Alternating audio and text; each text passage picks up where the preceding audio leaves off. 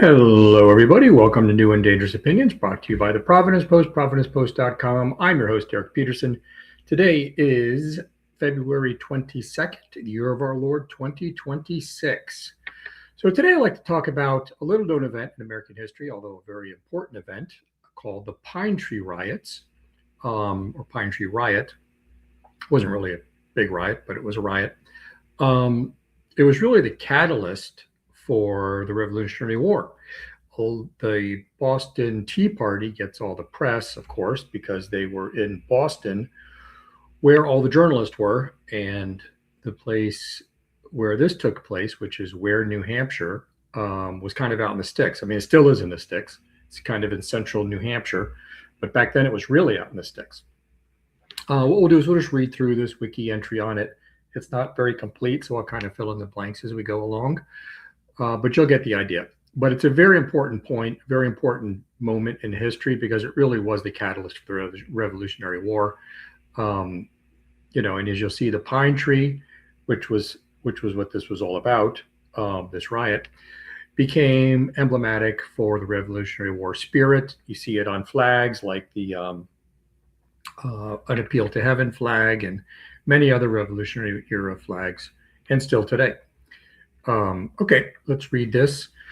So the Pine Tree Riot was an act of resistance to British royal authority undertaken by American colonists in Ware, New Hampshire on April 14, 1772, placing among the disputes between Crown and colonists that culminated in the American Revolution.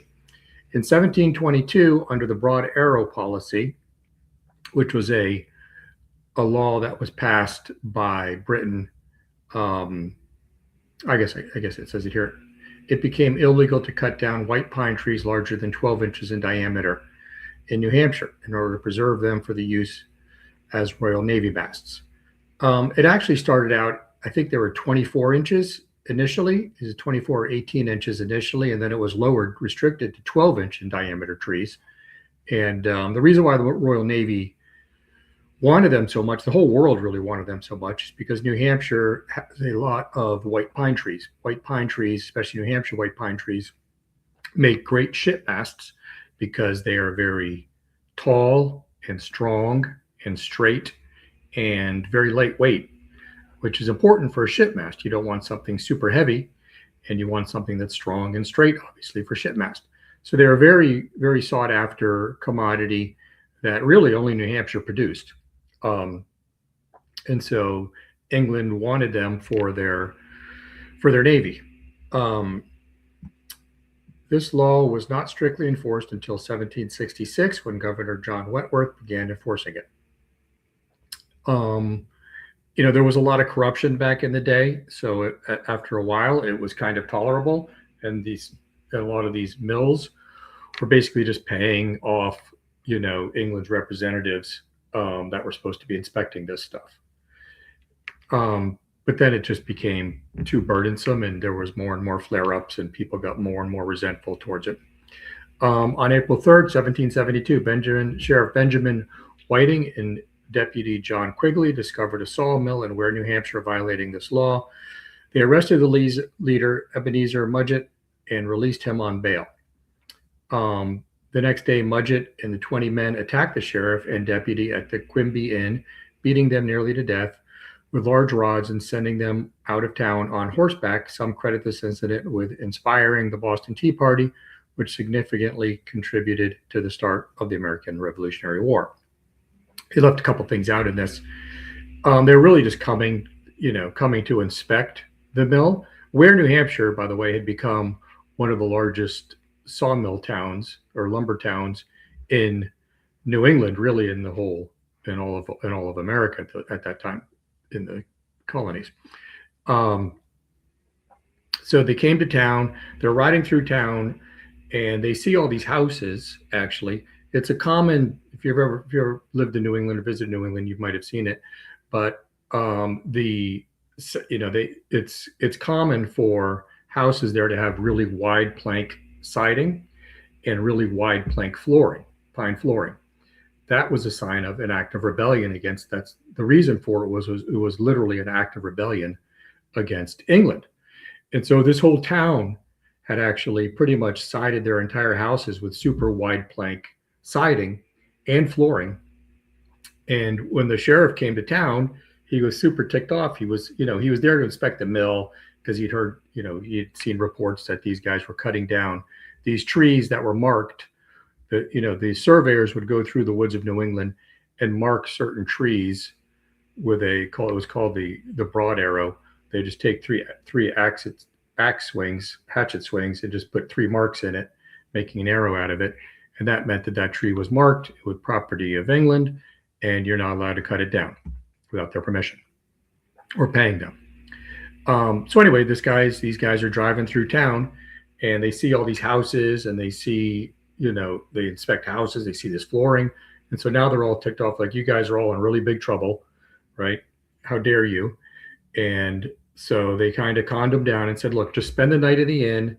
In the morning, we'll work it all out, and we'll figure it all out and go from there. And so they agreed. And they went to sleep. First thing in the morning, or very early in the morning, like 4 or something in the morning, I guess, the like 40 men, it's between 20 and 40 men, rushed the guys' rooms, and it almost turned into a gunfight. One of the guys had a gun. They took it away from him, and they beat the 2 guys like half to death, literally, closer to death, and then put them on their horses. This wiki article leaves this part out. Put them on their horses. There's some reports that they actually stripped them naked and tarred and feathered them. And there's other reports that they actually shaved the horse's tail and mane, tied them to their horses, and sent them back to the camp. There's some reports that they actually cut the horses' tails and ears off. I like to think they didn't do that because one of my ancestors was the one who actually created this town, and he was there. So anyway, something really, these guys got beat up really bad, for sure, really bad, because they reported back that they thought they were going to die for sure, because they were beating so bad with sticks, and they made switches out of sticks and just beat these guys really bad. Sent it back to the camp. So the British are trying to decide what to do with this. And so, they were trying to form up some kind of a militia to go in after the guys. And they all said, no, that's a bad idea. These guys are all woodsmen. They'll run into the woods and hide. And if we go after them, they'll kill us all. And so they said, all right, well, let's try to have a trial and convict these men. And so they sent notice to them and said, look, you guys need to stand trial for this. This isn't right. You assaulted these guys. And so there was some dispute on where the trial would take place. And so finally they resolved to have the trial at a certain location. It went to trial, and the judge was very favorable towards the colonists and basically just gave them a slap on the hand and let them go.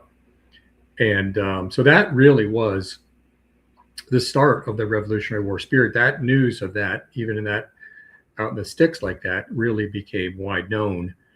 And that's why you see the pine tree everywhere in the Revolutionary War. It started from these pine tree riots in Ware, New Hampshire.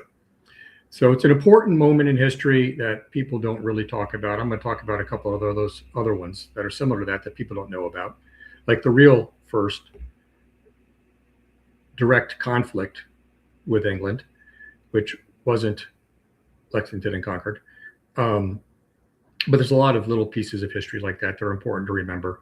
That's where we get our pine trees from. That's where we get the pine tree logo from. That's why we use it on our site. So that's the pine tree riots.